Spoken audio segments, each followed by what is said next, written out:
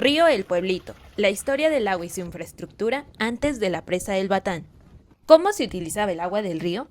Información ahora. El río de El Pueblito del municipio de Corregidora, que está aguas abajo de la presa del Batán, fue un espacio que permitió el desarrollo económico y social de las zonas aledañas. Aunque las haciendas eran las que se llevaban mayor parte del agua por la infraestructura que fue construida para favorecerles, también el río era ocupado por otros pobladores para sembradíos, lavar ropa, pescar y nadar. Hoy, el estado actual del agua, por lo que se vierte en ella, no permite eso. Solo queda el relato de las bondades del río antes de su contaminación y los lapsos de sequía. Salvador Chávez, originario del pueblito, que se dedica a promover y preservar el patrimonio cultural de Corregidora, realizó un recorrido por el Batán para contar parte de la historia del río del pueblito. En el caso aquí del pueblito, la cuestión era aprovechar el agua del río, pero el agua del río tiene dos orígenes. Un origen que son los manantiales, que constituyen lo que sería el agua constante, esa agua todo el año va a estar corriendo, y el agua que llega de la lluvia, las grandes avenidas, que en aquella época realmente eran grandes. Entonces, una parte de la infraestructura que se construyó para aprovechar el agua tenía que ver con aprovechar el agua constante. Esa agua era muy valiosa porque esa agua era un caudal uniforme a lo largo del año. Entonces con eso se podía sembrar, eso significaba la riqueza para las haciendas o la sobrevivencia para la gente del pueblito. Alrededor de 20 personas asistieron al recorrido por el Batán para ver el estado de los lugares que hace años eran aprovechados de otra manera para proveer el agua al pueblito.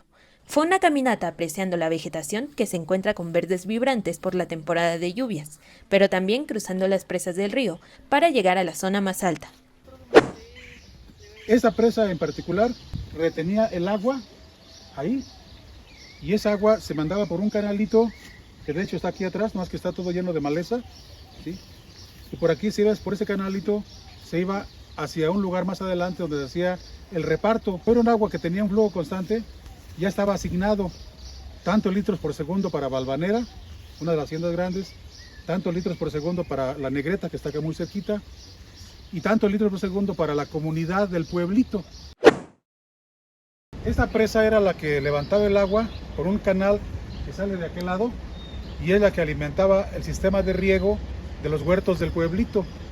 El pueblito era conocido como un lugar donde mucha producción de aguacate, tanto que a la gente del pueblito en aquella época se les decía que eran indios aguacateros. Los centros de manzana eran muy grandes y todos eran huertos. Ahorita ya se empieza a urbanizar los centros de manzana. Este lugar era muy usado para lavar y para bañarse. De hecho, muchos de nosotros aquí fue donde veníamos a bañarnos. Sí, aquí al fondo, caminando por ese arroyo, llegas a la comunidad de la cueva. Exactamente allí empieza el arroyo. Y cerca de la cueva hay unos túneles también donde se hicieron para galerías filtrantes que producían agua y que alimentaba el pueblito. De hecho, se dice que de ahí salía agua que alimentaba el santuario del pueblito. Entonces, realmente la presa del Batán sí es una protección para las grandes crecientes o avenidas de agua, pero nada más las que vienen de aquel lado. Pero también de este lado se puede dar, y de hecho se dio. Es la más grande de los últimos, no sé, 40 años. En tanto, en la reflexión final, esto fue señalado. Y siempre encontrabas gente en el río, nadando, en día de campo. Y ahorita ya no, bueno, nadar ya no se puede, pero ya ni día de campo. Además, también se afirmó que difícilmente las interacciones en el río podrán volver a retomarse. Solo queda compartir evocaciones de lo que ocurría hace años. Pero cuéntanos, ¿qué opinas de la historia del río del pueblito?